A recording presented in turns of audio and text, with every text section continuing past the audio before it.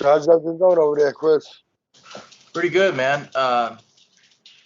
Jeff Schneider just shot me the meal plan for at least the whole next month, and we'll see how things go from there. And sitting at like 199, so got 14 pounds to lose, 4 months, and was looking at my pictures and video and stuff, and for a while I was thinking it wasn't possible, but yeah, I think, dude, I'm gonna get to 185, and I'm not gonna lose any muscle, and I think I'm gonna look really good in classic physique coming up. So, what do you think about trying crossover? You can cross over an NPC.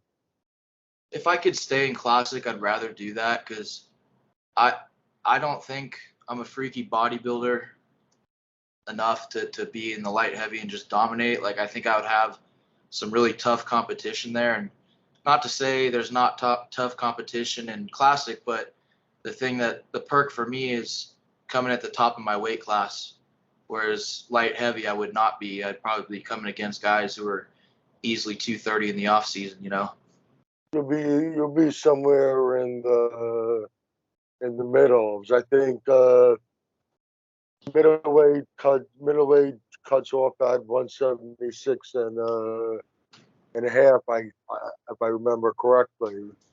So you would fall somewhere in the middle. Also, with the light heavies, a lot of these guys in the amateurs, a lot of the light heavies are really heavyweights that suck it down, because otherwise they'd be on the heavyweights go up to 225, then you got the super heavyweight. So some of these guys, instead of being on the smaller end of the heavyweight, they end up sucking it down, and that's why light heavyweight is usually one of the reasons why it's usually a pretty stacked weight class.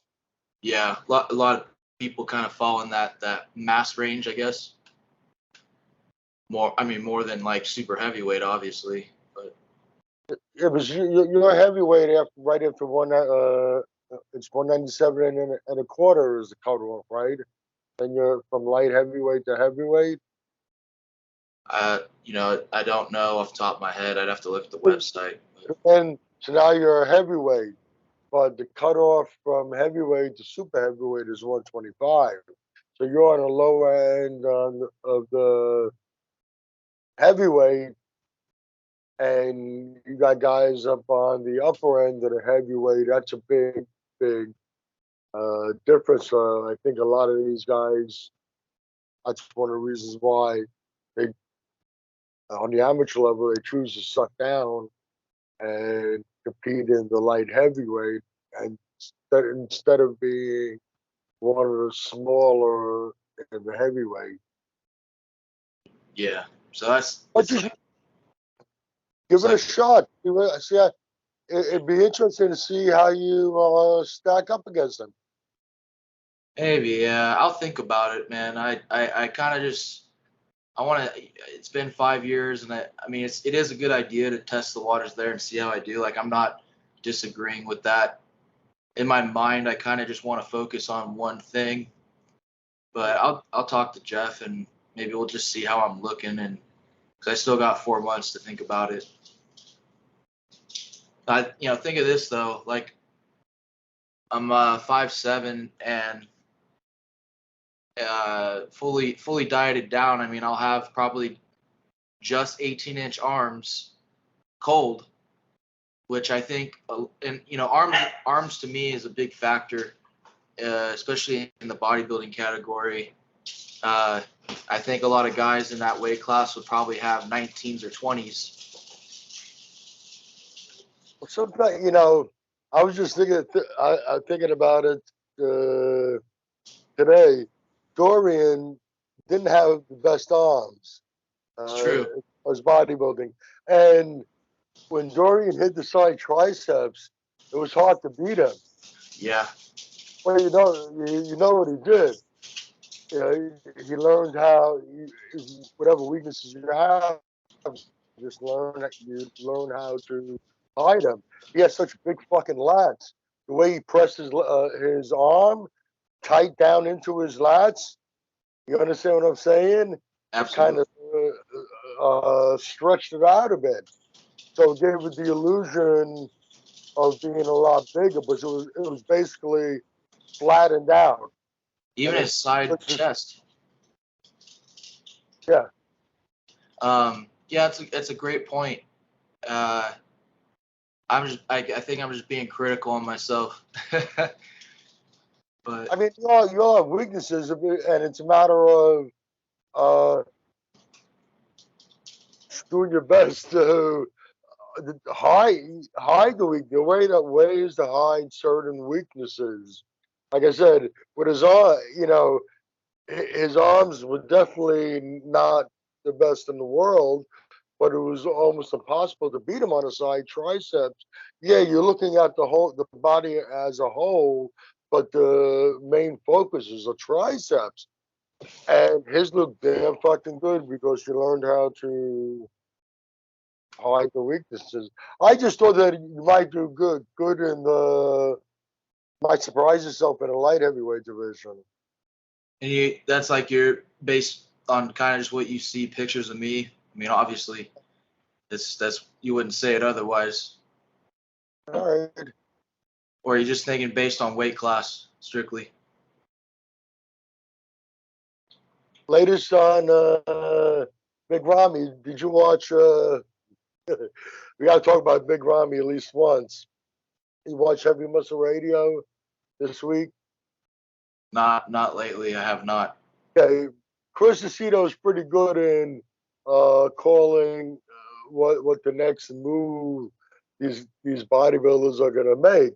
He even said that he wouldn't show up at the Pittsburgh Pro for the guest posing. He said that months ago, Chris. So Dave asked him about the Olympia, and I don't know. I think the answer was kind of tongue in cheek, a little sarcastic the way he said it. I don't think he was very. He was like, of course he's going to be there. He contacted Dan Solomon. He told Dan Solomon he made the promise, and the way he said it, and they were talking about how he made the promise to Yeah. Jim Madden. I got a feeling Chris Aceto even thinks that he might not he might not show up. Right. Yeah, I could see that. Yeah. Well, I guess we'll find out. It'll be interesting if he does or doesn't. Actually, with or without him, it'll be a great show. Calum Von Moger is back on a bad path again, looks like. Yeah, I saw a picture of his face recently. I guess he had like a bunch of like cuts on it or something. No, something else? All right. Yeah, he got out of first he was in court and he pleaded guilty. I don't know what charge he actually pleaded guilty to, and he was fined. I'm not sure what the amount was, and he was supposed to go into rehab. He had posted pictures with showing his injuries and all, but obviously he didn't stay in rehab very long. He just crashed his uh, pickup truck. The whole front is all smashed. The tires are twisted uh, on the truck. The tires are twisted in. It appears he hit a stop sign or something. Bent that over, and when he went over it, caused all that damage. But he's supposed to be in rehab. Guy got a lot of issues. He's supposed to be in rehab, and obviously he's not. And it looks like he's on a path of self destruction. So he was driving high. There's no details. I didn't get any details, but he was in an accident and the pictures were put up on. I think he actually put them up on his Instagram. but there's no details. And you know what? He wasn't high on recreational drugs. He was probably high on a shitload of prescription drugs. He must not. He must be in pain.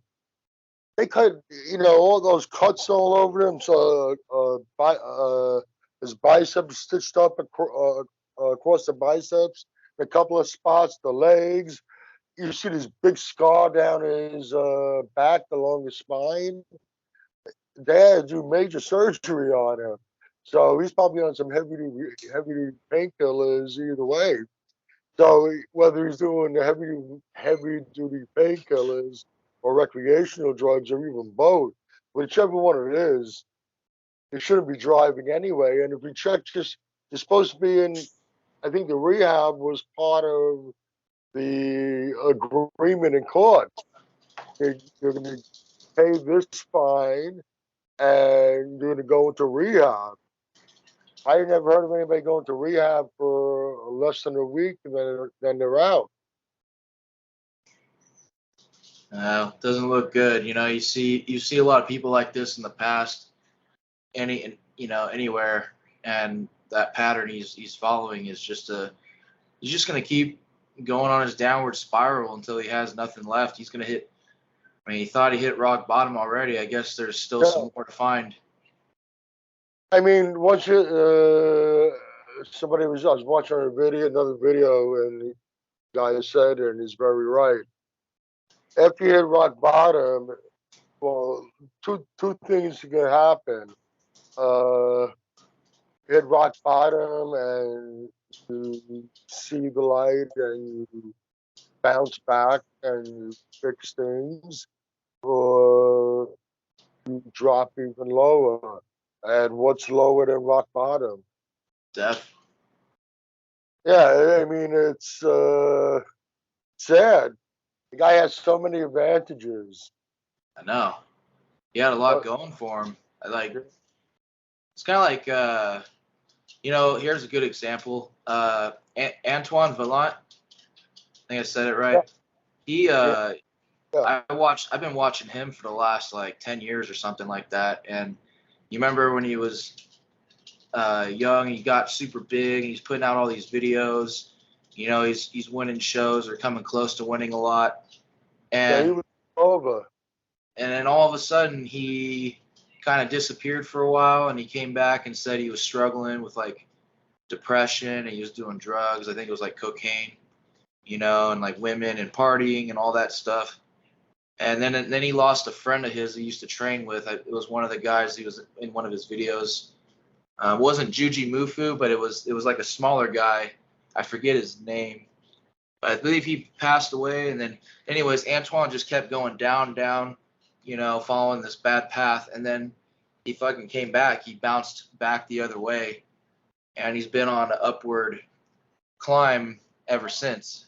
I think recently there was a relapse, and then he dealt with it, and then everything is back again.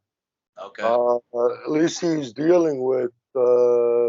He knows there's a problem, and he's dealt with it. Yeah. But with this guy, it doesn't look like. Like I said, he hit rock bottom. You can't get it going any lower than what's already happened to him. And unfortunately, like you said, the next step is permanent. Yeah. You know what? I mean, I feel bad for the guy, but you know what also bothers me? And it's not just with him. You hear about when other celebrities, usually with the younger ones, where everything goes wrong, and they go through. They hit rock bottom, or something. They die from overdose or whatever it is, and people start blaming. Well, it's really tough to have all that fame, and that's the pressures of that life, that fame is what did it to them, and we should feel bad for them for that. I mean, you can feel bad for them, but that's nothing to feel bad for them about, because what makes their pressures, and I can understand the pressures might have being a celebrity, always being in the limelight. You don't have freedom. Your freedom is taken away from you from an extent, because wherever you go, people recognize you. But what about the guy who can't pay your fucking bills? Uh, Shit's going wrong in your family life. Your kids are going down the wrong path. You're trying to keep that together. Your boss is riding you because you're not performing the way you should, because you're all burnt out from all this other stuff's going on in your fucking life. Uh, it's just life. Life hits you, me, and Calum in different ways, but it's just life. So I'm not going to feel sorry that the poor celebrity had it tough, because uh, it's a big role to live up to, being in that position. But you also have advantages that I don't have. Yeah.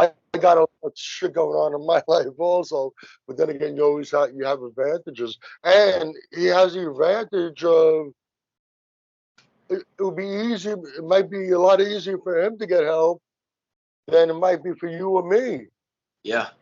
because of where he is, because of his position. So don't try to make me feel sorry for him for celebrity status. Yeah, I know. And if a celebrity goes to rehab, it's like one of those fucking rehabs in the Bahamas. Like $10,000 a day kind of shit. I mean, we all. The truth is, we all have shit, and I don't think your problems are worse than mine. Like my problems aren't worse than his, and his problems ain't worse. We all have different shit, but it affects us Yeah. in a rough way, and we have to deal with it because it's life. Everybody's got problems. It's just how you deal with it, really. I mean, Yeah. shit's always going to happen in life. It's how you react to it. It's not, really much else. So I'm seeing some of these posts about poor. Like I said, I'm not.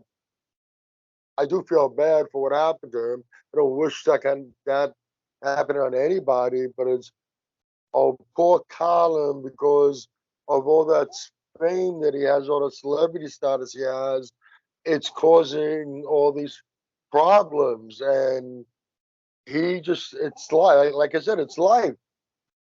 I got a lot of shit going on also, and you got shit going on. Everybody else does. So, and they do with all these celebrities, especially with the younger ones. When these young celebrities go down a bad path, and we've seen it happen a lot of times. A lot of times. Some end up in jail. Some end up taking their life, and uh, people, the sympathy goes to them because they had it so tough because they were a celebrity, and which makes me kind of laugh a little bit when I hear that. What's weird about Callum's case is that he is doing meth. And like growing up, being around drugs, of course, we're all around it. We have friends that do it. The one drug that everyone always said never try, never do is meth. I just like I've tried, I've experimented with stuff, and that's the one that I was like, fuck that, I'll never do that shit. Well, I'm 51 years old. If I didn't see it, if I didn't do it, I didn't. I've seen it. Yeah. Yeah, and the other one would be heroin. I would never try that either. Uh, there was I hear too many times I've lost a few people I've known, I've grown up with. They've done that, Typically, Yeah. the case would be that they quit for a while, and then they find some they stashed away, and then decide to use it again one last time, kind of thing, and then their tolerance goes way down, and then boom, overdose. Let's try to get on a little bright topic. That image, that picture I sent you.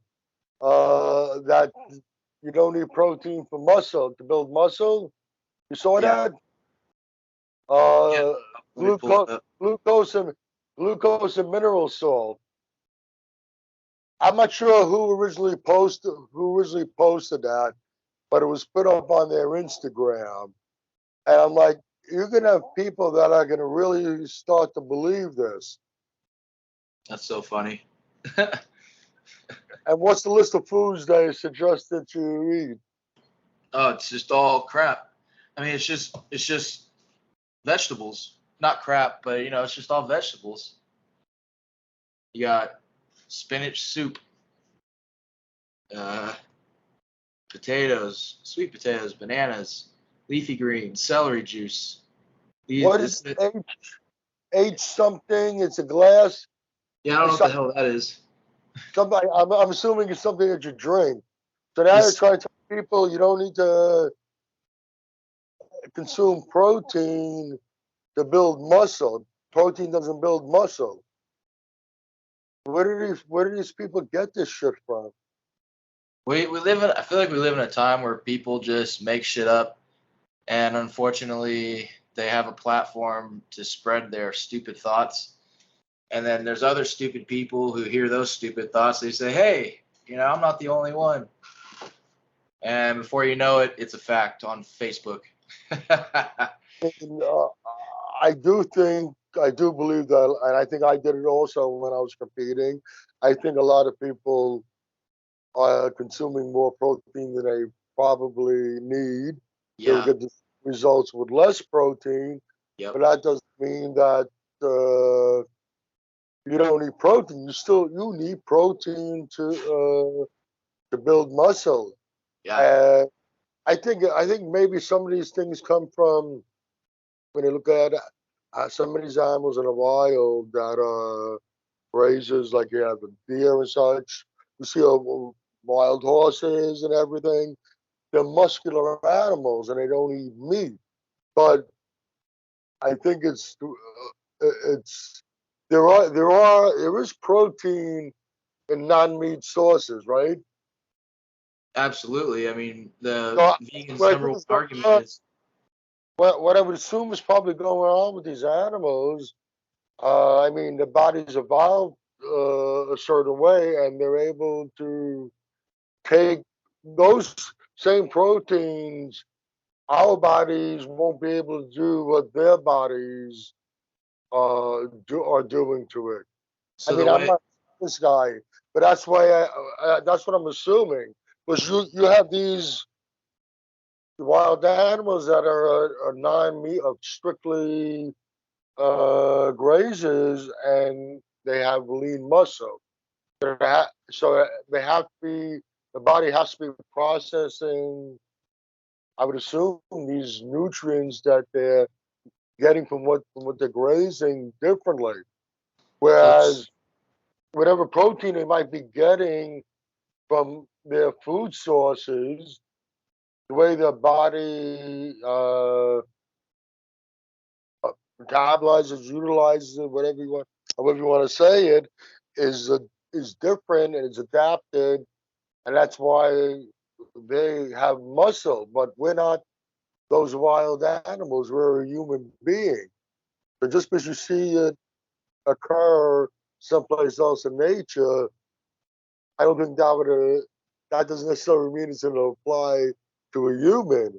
And I think that might be where some of the people get some of these ideas from. They see similar things occurring in nature with other species, but every species is different.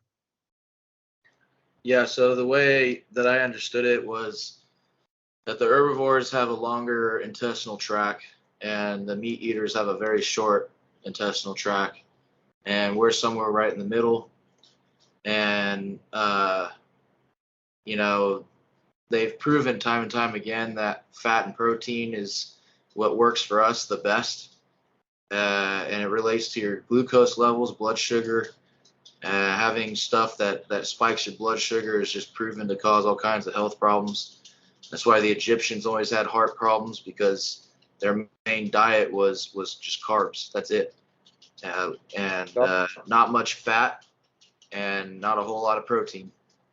Uh, so this whole thing about a vegan's main argument is broccoli has the most protein, and you can eat, this much broccoli to equal this much protein. But if you really wanted to get all the protein you need from broccoli, you'd have to eat a mountain of broccoli to get there. And that's just absurd and unrealistic. And the other thing I wanted to say was, like, with the herbivores, like the cows, the Belgian blue, yeah, that eats nothing but grass, and that thing is a walking thing of muscle. Yeah. But that's because they have the myostatin deficiency, and like there's Well, that. What's that? That's what I was going to mention. I mean, we try to compare ourselves to the different animals, but the animals, they're, like I said, they've evolved to survive in their environments under certain conditions. The way that, like I said, the way their body might metabolize certain things and utilize certain nutrients doesn't mean our bodies can do the same thing. And there were other factors, like you mentioned, with the Belgian blue cows. And Yeah, I mentioned the myostatin thing. Like some people, we have it in humans. You have you and me, and then you have Ronnie Coleman. yeah, You saw with Ronnie Coleman, he was 240 pounds of condition, 240, 240, 245 pounds of conditioned muscle on the Olympia stage natural. That was natural. That was before he was ever tried anything. So it's like you can't compare things. And I think that's what happens. They look at these like I said, I look at a grazing animal that has all this lean muscle, and this is what they're eating. So we can have lean muscle eating that, and it's just not so. yeah. I think cows and goats, they have multiple stomachs. Yeah, there are a So if lot of we factors involved.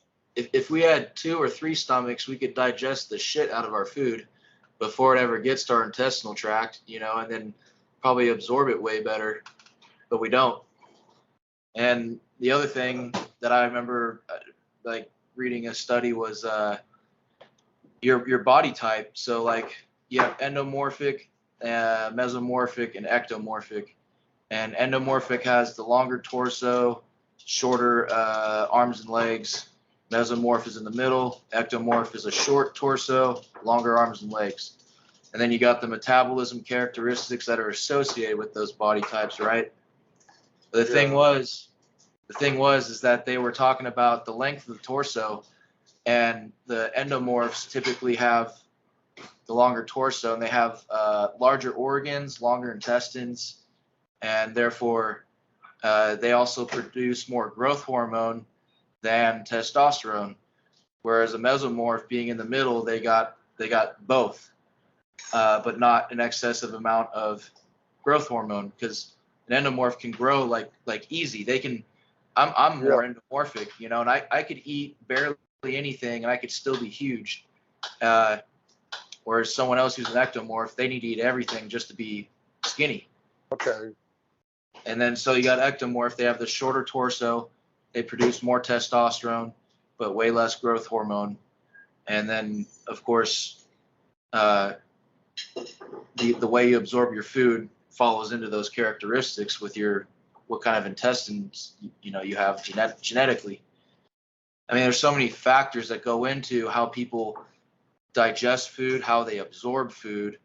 And so, like we were saying earlier, what works for one person or what works for an animal is not going to work for Joe Schmo over here.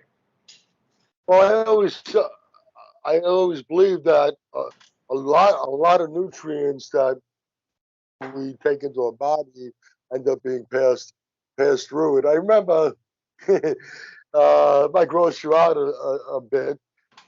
I'm watching one of these nature videos, and the gorillas, and Mm, you see the gorilla chowing down on a handful of its dump. And the narrator said, I don't know whether he's doing that for just for to recycle nutrients or just for a warm meal.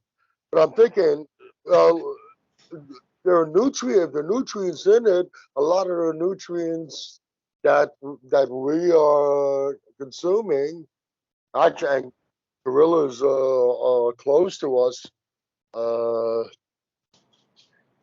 are close relation to us. They're not being absorbed. So these other animals that are carrying around a lean muscle, maybe they're like you said about their multiple stomachs, longer tracts, so they're absorbing more of the nutrients, and one of the reasons why they're getting the results they get. But like we said, to apply that to humans, but you have this post that we're talking about that got us started on this. People Yeah. are going to see this, and people are going to believe it. Yeah. I talk to a lot of people at work about diets and stuff, and it's amazing what people believe, what people think is healthy, and there's so much information out there that it's so easy to get lost. And like I said earlier, people have a platform to share their crazy thoughts on, and before you know it, you got a group of people following what they do. I mean, I wish I knew what the original source of that post was, and I would Google them and go to their website. I'm really curious. I want to hear their explanation of how glucose and mineral salt are going to build my muscle, and why protein. Why I don't eat protein. I'm very curious how they won't explain that one away. I think there's like a secret conspiracy out there to get people to turn to plant eaters because we're running out of meat or something like that. Got to spread out the sources of food we're feeding people with. I don't remember where it was, but it was an actual post. Some girl, woman, was a female name. It was a message to all those hunters that hunt for their food that they should go to the supermarkets to buy their meats where no animals are being hurt. What? Okay, let me go a little slow for you. Where they're It not was being a hurt. message, it was a message to hunters who hunt for not about trophy hunters who hunt for their food, which I have no problem with. Trophy hunting, yes. Hunting for your food, I have no problem. A message to those guys that are hunting or gals that are hunting for their food that you should not hunt for your food. You should go to the supermarket to buy your meats where no animals are being hurt. So they want you to buy vegan fake meat. No, no, no. The Oh, point that the point that I make is the ignorance. I see. Uh, they're so simple that they think that I'm not even sure what's going through their head. They think it's more But humane. Let's say that. They probably think it's better for the animal. I don't know. I'd love to know exactly what's going on in their mind, but it's that type of mindset. You And know, now, if you were to, one of the things I tell you, well, a good source of protein would be rice and beans. You know a little bit about nutrition. yeah, If you eat rice and beans for your source lentils. of protein, okay, how much, how many calories would you have to be consuming to get the amount of protein that would be sufficient to build this muscle? So, I mean, I would go for like peas, rice and lentils, or I mean lentils of all kinds. You got so many to choose from. Peas. Um, what else? You got your beans, right? You got Yeah. nuts, and those all have a lot of protein. I'd say the lentils are the more like lean protein because they don't come with a lot of carbs and they do have a lot of fiber. But it's still, as a vegan source of protein, you're gonna have to eat a lot of those things to get, I think, a sufficient amount of protein as a bodybuilder. So I don't know now what the calories are.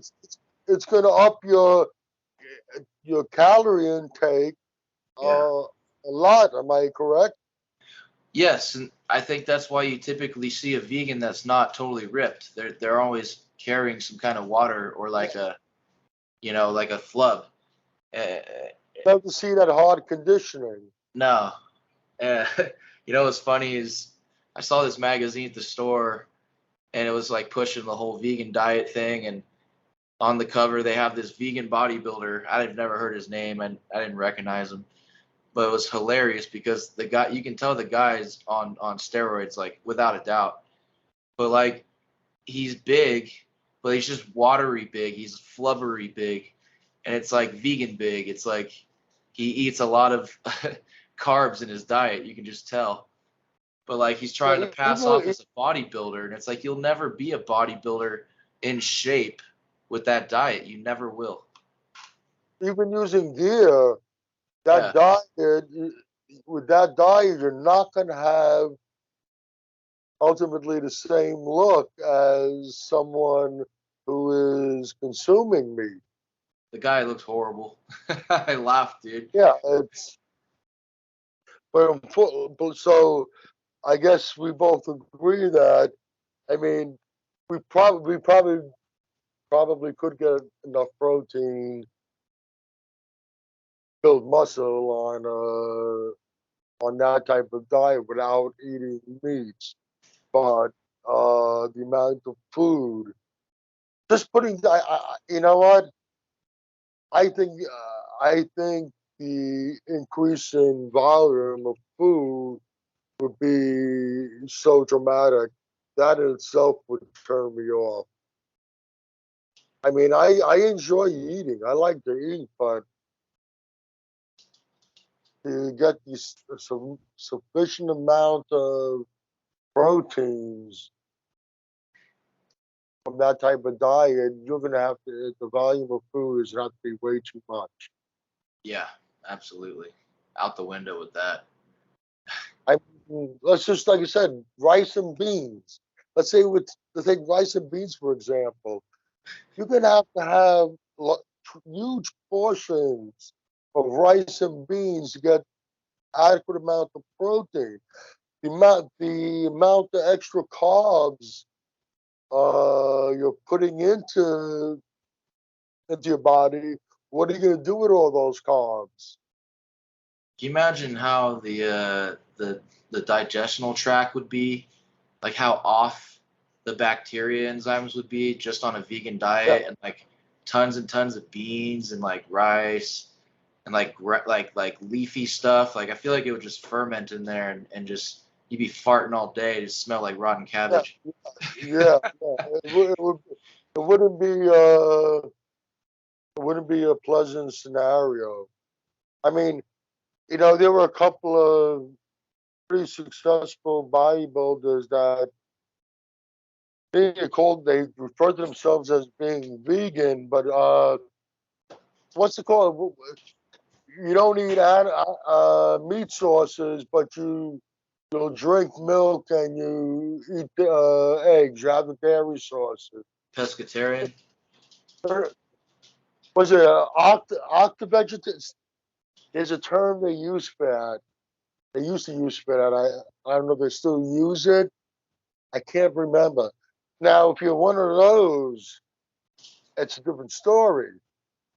If you're consuming milk, milk and other dairy products and eggs, but you're just not consuming beef, chicken, fish, or whatever, that's a different story. You're still getting a very good quality source of protein. Yeah. And you know what? Using eggs, you can get plenty of protein without getting those carbs in. You can get, Yeah. you know what? I personally feel that eggs are might be the best source of protein. It's one of the best sources of anything if you think about it.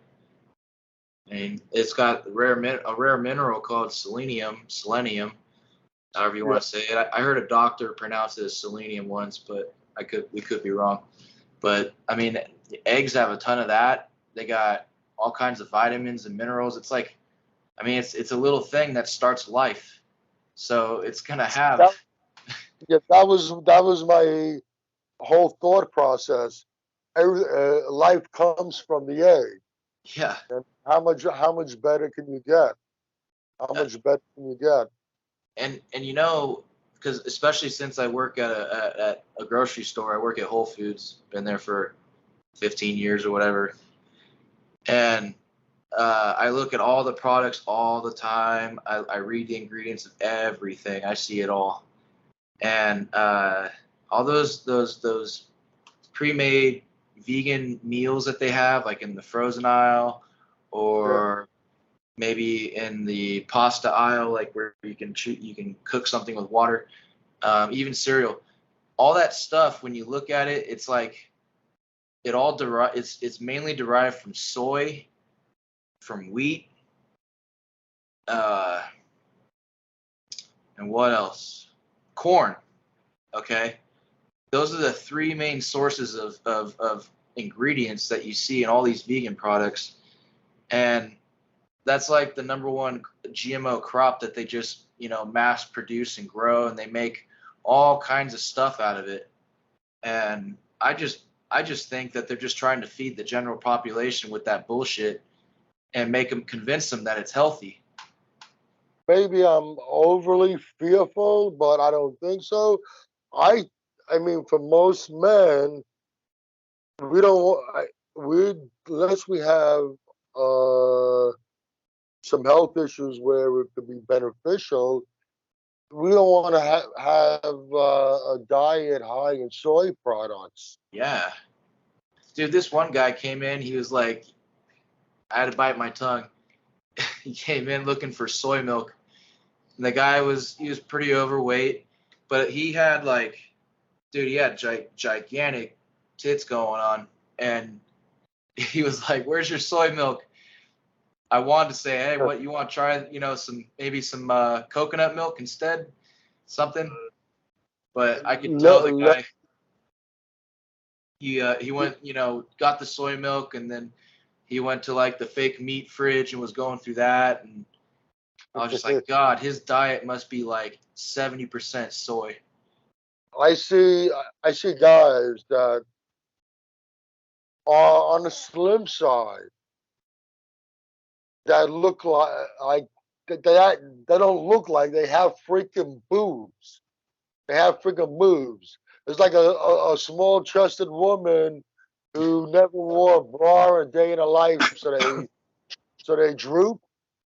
Yeah, They never got perky.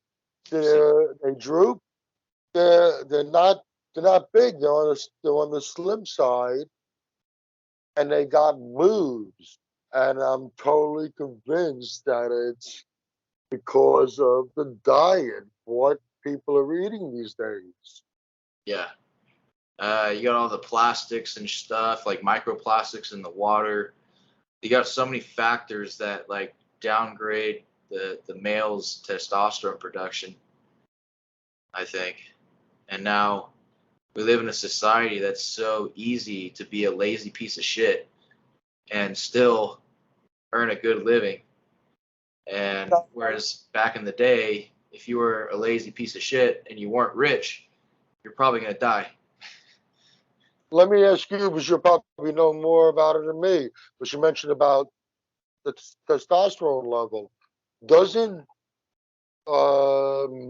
meat sources have a direct effect on testosterone levels also, or am I incorrect on that?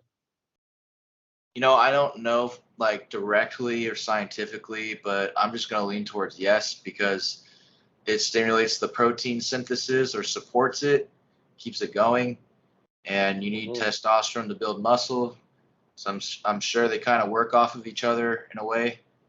And yeah, why not? I bet if you had a low protein diet, you'd probably have a lower testosterone level and probably higher estrogen. But I don't know. I'm just guessing right there. That's some bro stuff there. That's an interesting study. I'm sure there's studies out there. Maybe yeah, you can find out. Yeah. There's a lot of other things that can affect your testosterone, like lack of sleep, overtraining, I guess too much sex. Some people say that has no effect. It's like a myth, but I believe that it has an effect on you because Well, but you also have the other half of that say that a lack of sex could have a negative effect on your testosterone. That regularly having sex is what helps keep you going. so I think And it's like training. It's like training. You don't want to overtrain, but you don't want to not train. So it's the same thing. You want to like do it enough to keep everything going and maybe go through spurts where you do a lot and then you back off a little bit and then your body kind of I'm thinking, Mickey, keep away from that pet shop girl. Women weaken legs, but they did somewhat of a study on that with football players, and they found that their conclusion was if you were a married man, family life, having sex before a game wasn't really an issue, as long as you got a sufficient night of sleep before your big game. The problem is when you're running around trying to find it. It's the process, not so much getting the action. It's the process of running around trying to find the action that's actually wearing you out. sure. That some of these guys that they talk to that said, "Yeah, I had sex with my wife before the big game, and they played a terrific game." So that would totally contradict women weakens legs. Like I said, the thought is that it's not so much the actual act of it, it's just the attempt to try to make the act occur. Is the Sure. running around what is what's wearing you out. I think probably I'm going to go with everyone's probably a little different there as well. Maybe some people are so like let's say for instance an ectomorphic guy who produces more testosterone than this endomorph guy. Let's just say hypothetically, and he's got too much to deal with really, so it calms him down just enough so he can focus and kill his game. Whereas the other Yeah. the endomorph will probably it drain him too much and he would underperform on his game.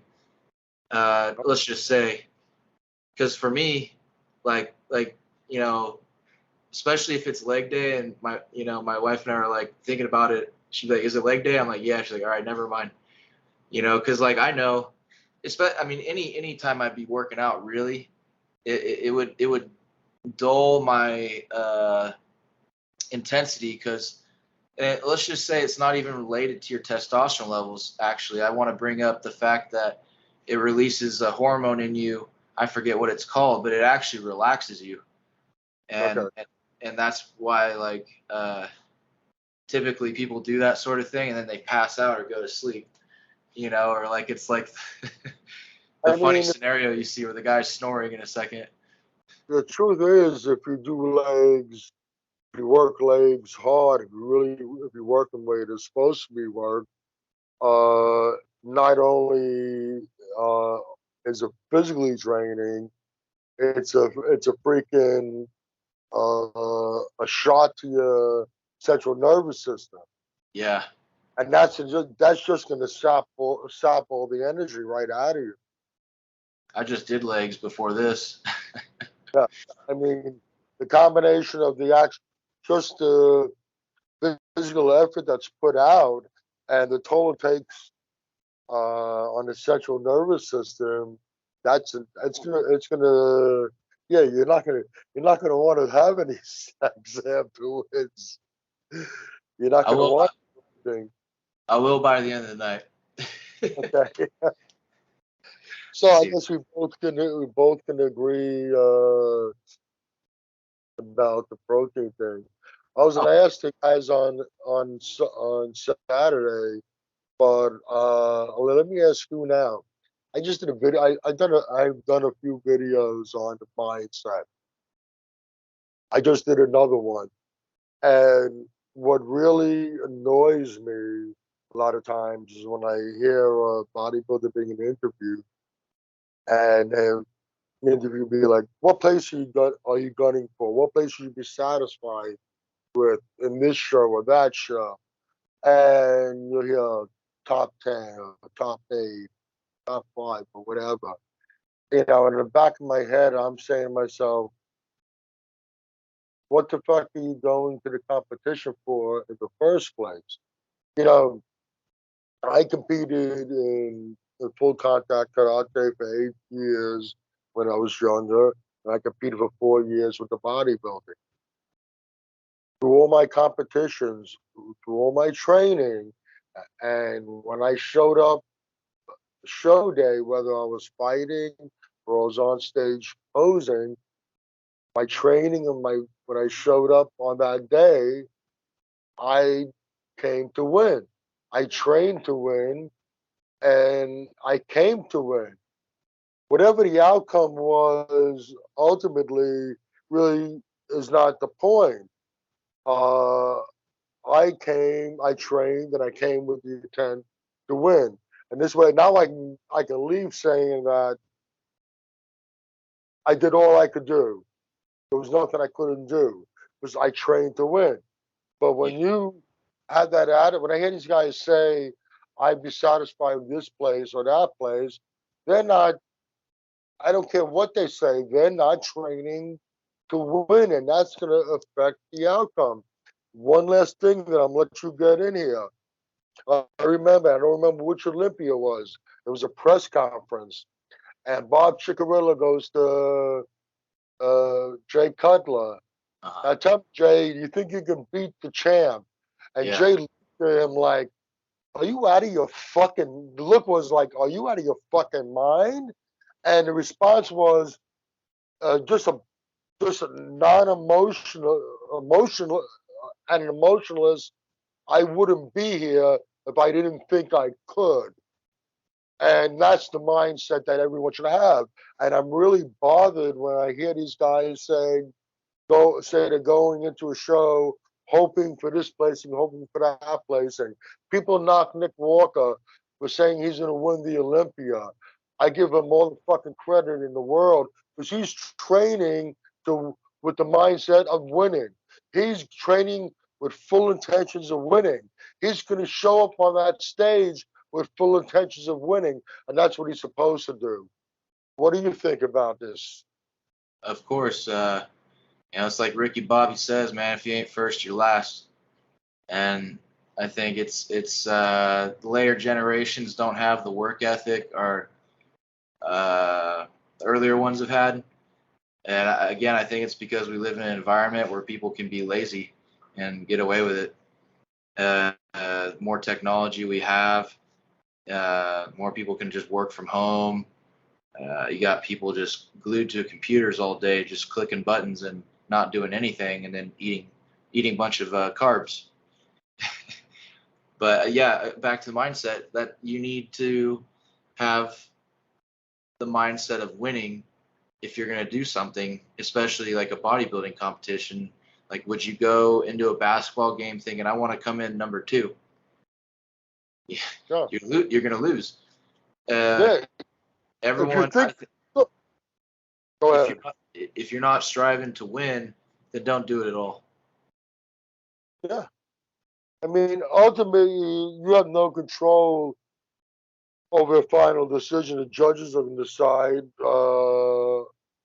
what they like, what they prefer. But that doesn't change the fact that your mindset should not be, I'll settle for this or I'll settle for that. Right. That's, and I think that's what's lacking in a lot of people. You don't see that in too many guys out there anymore. You That know, my mind, mind. You know, my mindset is for this next show. I'll tell you, I'm gonna come in there. I'm gonna be looking my best ever. I'm gonna win my category, and I'm gonna look so good that I'm gonna look better than the pro that won the pro category, and they'll just know by the pictures. yeah. That's what's gonna happen. I mean, that's how, you know, in many ways, we create our own destiny. If you believe, first, I think first one of the first steps of being successful is to believe in yourself. Yeah, And if absolutely. you're willing to accept anything less than first, I think you're not showing belief in yourself. Right. I I couldn't imagine not believing in yourself. I've never had that mindset. I've never thought that way. I've always believed that whatever I want to do, I'm going to do it. Doesn't matter how hard it is. Doesn't matter if it's bodybuilding or life or whatever. You know, I don't know. I've learned how to do so much. So in my mind, it's not impossible to do most things. You have to go in with that. You know, on at that level, when your body's in that state, the mind can fuck up the body to a degree. Also, we Yeah, understand that, yeah, and you have to be of the mindset at all times that you are the winner. You're the top man. You've come to win. Like Jay said, I wouldn't be here if I didn't think I could. You don't belong on the stage. You don't belong in the ring. A fighter goes into a fight, steps in a ring, thinking he's gonna get knocked out. he's gonna. Most likely knocked out. You know what? I've said it before how I think that Tyson was overrated. A lot of these guys walked in the fucking ring, stepped in the ring, expecting to be knocked out, and they were scared shit. And when you put that in your mind and you're expecting it to happen, it just becomes a self-fulfilled prophecy. Absolutely. Yeah. I, I believe in a lot of your strongest thoughts can manifest into a physical reality with your body. I think bodybuilding teaches you that, of course. Even like the placebo effect is so powerful. You know, if you take some salt pills thinking that they're testosterone boosters, your test might go up because you believe it. Yeah, yeah. I mean, it's it's amazing what the mind can create and what the Yeah. body can do. It's like you said, the placebo. There was a episode of MASH, and it was based on the actual event. It might not have been the Korean War in the real story. It might have been one of the other conflicts, wars, but it was in the episode they couldn't get morphine to give to the patients for their pain, and there was this one guy that they were having issues with. They couldn't get him. They finally convinced him that this was something that was much stronger. It's not morphine, but it's much stronger than morphine and will induce the same effect, Mhm. kill the pain. And they gave him it was a sugar pill, and the pain. He was so convinced that the soldiers were so convinced that it was a painkiller that their mind created that pain-killing effect. And this episode was supposed to be based on a actual event in the war. Yeah. So it's supposed to show you the placebo effect is a real phenomena. Yeah, and that's just knowing that's a fact. As a bodybuilder, I think it's a good mental exercise to try to use that to your advantage, but also not be delusional with what your reality is. And like a lot of times, especially when I was younger and I was watching Jay Cutler all the time, he was working out. Every time I went in the gym, I just like imagined myself as him. Like he was my hero. He was like that's what I wanted to be and what I wanted to look like. And when I would be training, that's what I pictured in my head. And I got a lot bigger over those years, but I had a vision in my head of what I wanted to look like. And even as a kid, I wanted to look like Arnold Schwarzenegger forever, even Lee Priest, you see people like that and you get this vision in your head of what you want to look like. And I think the more you beat it into your head, it's like in Rocky, he had a picture of Drago or Mr. T or whoever it was he was fighting. He had him on his mirror so he could look at him every day and mentally prepare himself for it. Jay had that mental attitude that we were talking about. He had that mindset. I think he went into every single Olympia expecting to beat Ronnie. It didn't turn out that way, although I do think in 2001 he should have gotten the victory. But Yeah. he went into every Olympia against Ronnie expecting to win. The other That's day, why he placed. the other day when we were tallying up his second places, did we forget the one that he lost to Phil Heath with? Okay, so then you would have 2001. You didn't compete 2002. Three, second. He was second place. Fourth, he was second place. Four, he was second place. Five, he was second place. Okay, six, he won. He won. 71. Eight was second place against Dexter. Dexter, that's right. And then He won won. two more. And then he lost Phil Heath, and he came second to Phil. And when he competed again, he placed fourth or fifth a year or two, 2 years after that. Yeah. But look, I counted up like either 10 or 11 first place and second places for the Olympia. Yeah, if there wasn't any Ronnie Coleman, yeah.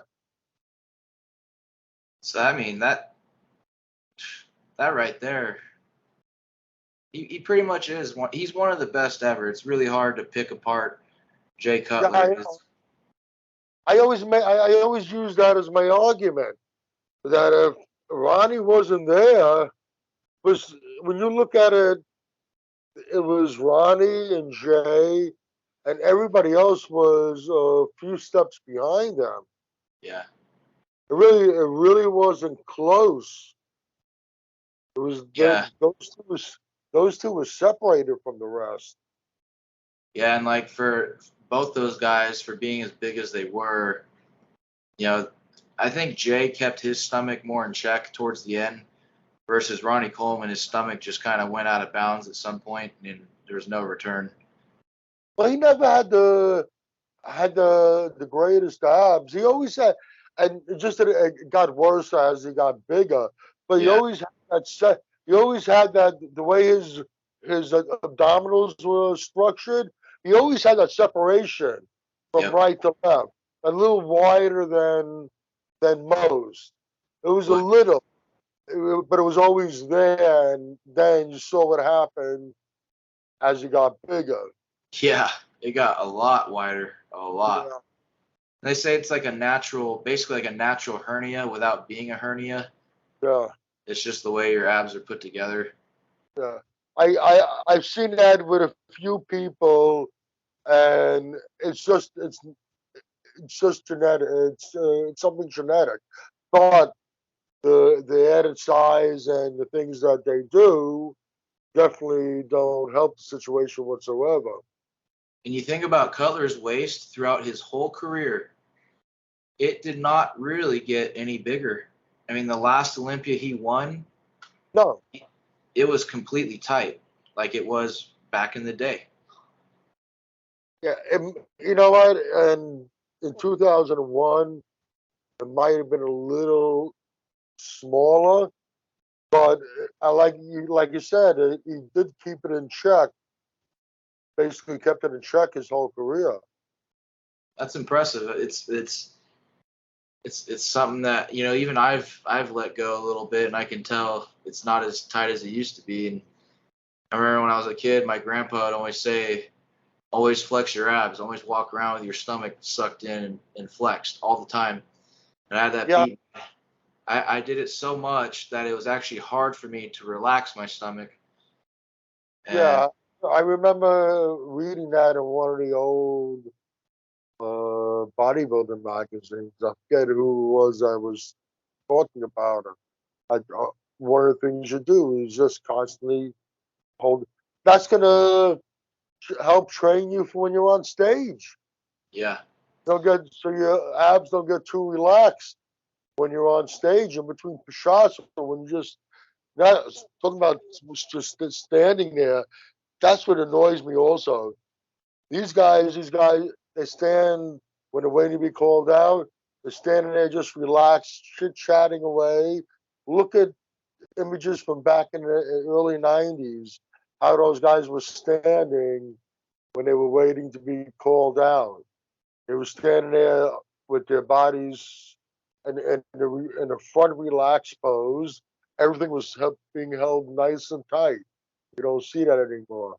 that's what I was always taught. Was when you're standing on the side, you always stay with your quads flexed and your stomach tucked in, and you can kind of Yeah, flex your muscles here and there as you're standing there, just to give the judges one more if they had a question about your teardrops or something or whatever. whether you realize it or not, when before they call you out, when the judges see you like that, it does have an effect on them. It Yeah, does, and it's positive in your favor. and I'm gonna throw this out there because I see it all the time, and people swear by it, and I don't really buy it, but people say these waistbands that you wear, throughout the day, and it's supposed to train your waist for you. I think that's really one of the laziest ways to attain a smaller waist. Like it might work, like because I guess ladies back in the day they'd wear a corset all day, so of course their shit's all pushed in. But like, if you want a small waist, just fucking suck it in. Yeah, Flex your abs and suck in your waist. Then you'll train your waist to be thin. And that's what I used to do when I was a kid. I know it works, but I'll just add something in, and we'll try to close it out. Uh, when you're talking about that, I remember reading what years ago in one of the magazines.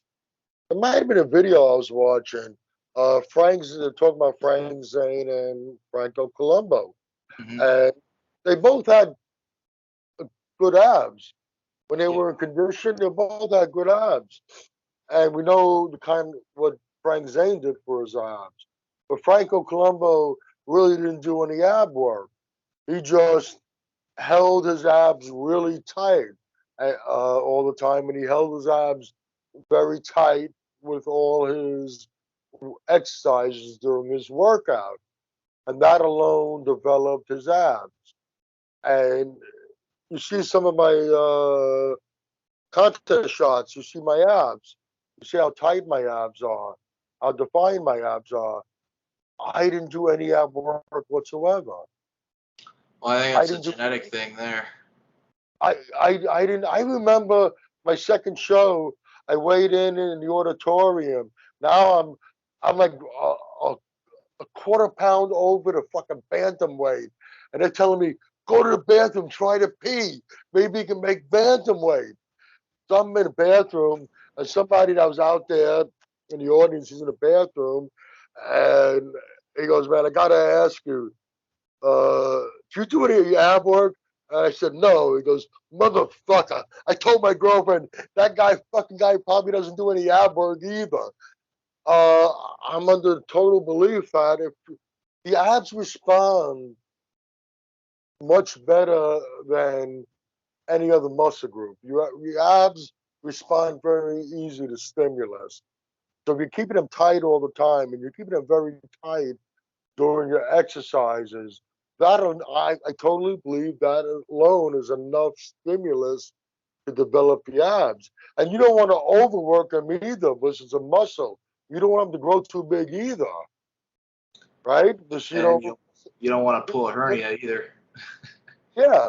And so between your diet, your cardio, and keeping your abs tight all the time, and keeping your abs very tight during your core very tight during your training, I'm a firm believer that that's all you need for abs.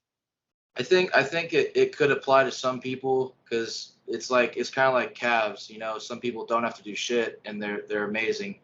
And I think abs are very genetic. Like the characteristics are so they vary so much. You see so many different kinds of abs. You see like Arnold's is like a big ass 4-pack, you know, whereas Theory Pastel, I think I said his name wrong. He had like a fucking 10-pack. And Yeah, yeah. and then you got like muscle thickness, of course, or how it responds. Like Dennis Wolf, he had very thin abs, you know. And there was like another bodybuilder I saw. He's ripped to shreds, but his abs are so thin, like the separations and the crevices, where he had no fat, no water there, but it's just the muscle was so thin it barely Yeah. was there. And I was like, damn, that sucks. Like, because my abs are fucking thick, dude. I shouldn't have to do anything anymore. The muscle's not sticking out enough for the skin to wrap around it.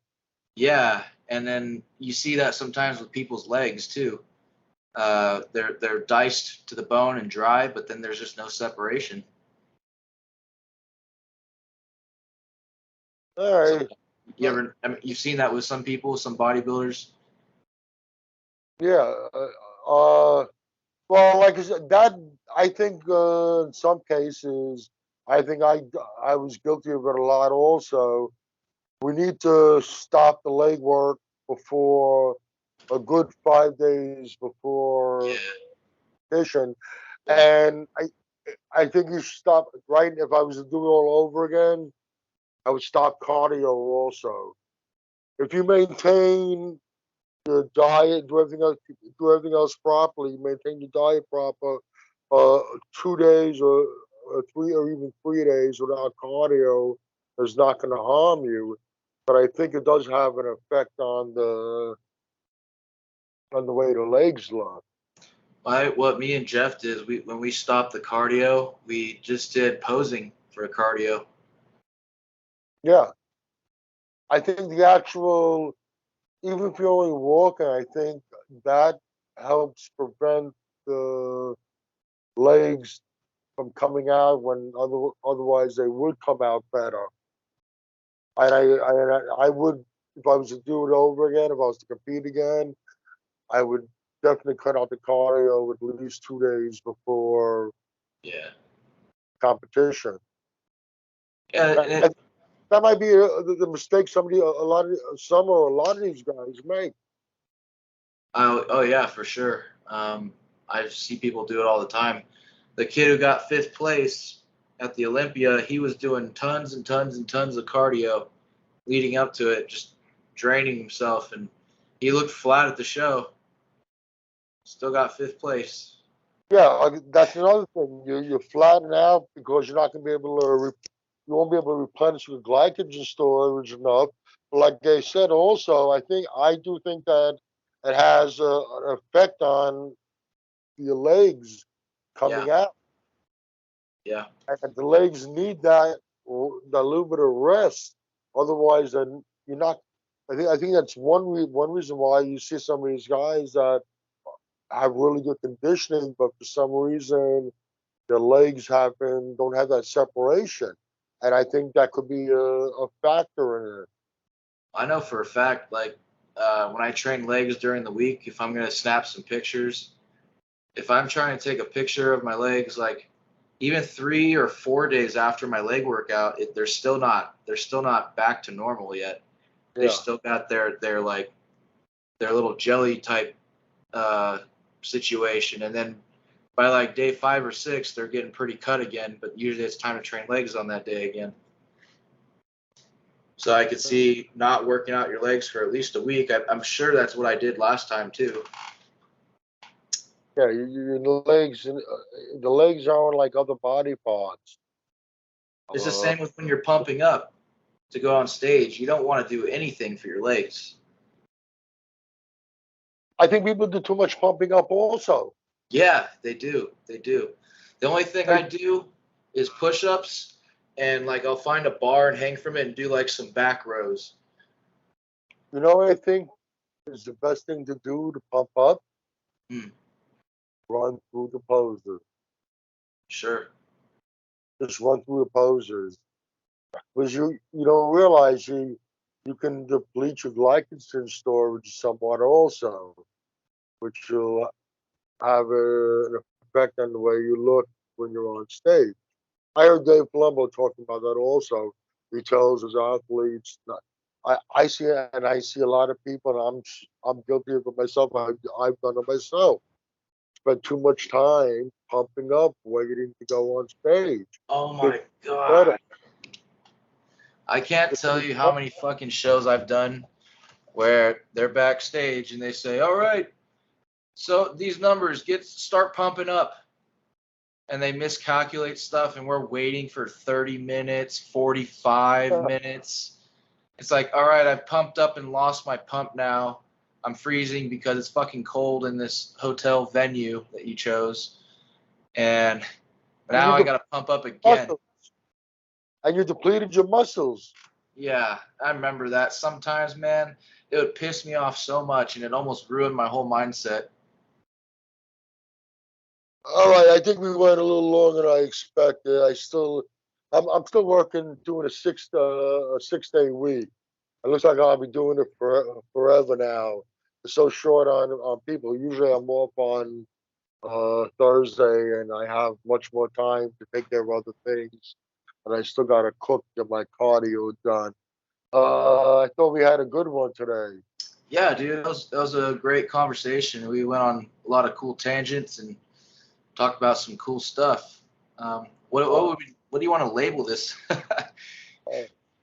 Uh, I don't know. I'm trying. I'm going through my head right now. You think we're gonna? Hopefully, we're gonna be able to have both Jeff and Josh. You think I'll they're both joining us this weekend? Jeff said for sure, and then I'll check with Josh and see if he's down to do that again. All right. So if you check our next podcast, which, by the way, if you're watching this on Muscle Central, make sure you go over to Buffy the Iron Slayer, Chris's channel, and check out all his content. If you're watching this on Buffy the Iron Slayer, come over to Muscle Central and check out my content. Uh, this is Muscle Talk on Muscle Central, and it's Iron Talk on Buffy the Iron Slayer. Our next podcast, hopefully, we're going to have Jeff Schneider with us. Hopefully, we'll have Josh Connor also. That's going to be Raging Muscle. You think we'll be able to have a full house? I hope, man. We'll see how everyone's schedules are playing out. I want I'll check with both of them soon. I want to hit them both with it, and especially Jeff because he's a prep coach about the mindset thing with the attitude about being satisfied, placing here or there, and not going in there strictly for the win. Chris, it's been fun. Definitely, man. And I think we both can agree that we should be eating our meat sources, getting our protein, because we want to build some muscle. Yep. And just because you see it in print doesn't mean you should believe what you're reading. Oh yeah. Ain't that the truth? You want to send us off, Chris? I just want to appreciate everyone for watching, and hey, make sure you do your research before you follow some fad diet. Don't just do something because the rest of the crowd's doing it. So have a well-balanced diet, people. Do your research, and of course, thanks for watching. All right. Have a great evening, and we'll see you on the next podcast. Take care, everybody. Bye.